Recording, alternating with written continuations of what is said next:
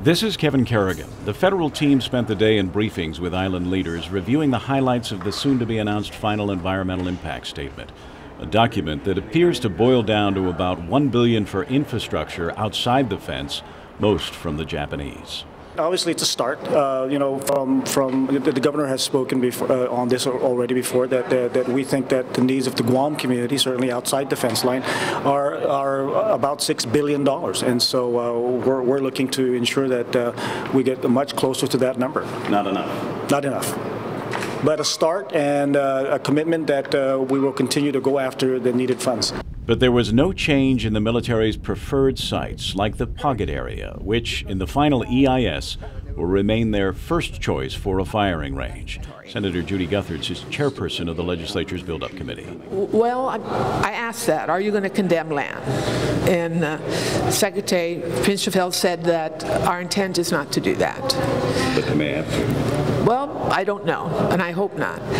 But they talked about perhaps giving up land that they own already under the federal inventory in exchange for land they need. So there's still a lot of questions unanswered. But visiting Department of Interior Assistant Secretary Tony Babauta, who now sits on the federal side of the table, emphasized that a civilian military consultative council is being formed, which will set the pace of the buildup and handle the ongoing conflicts between the military and civilian communities in the years ahead.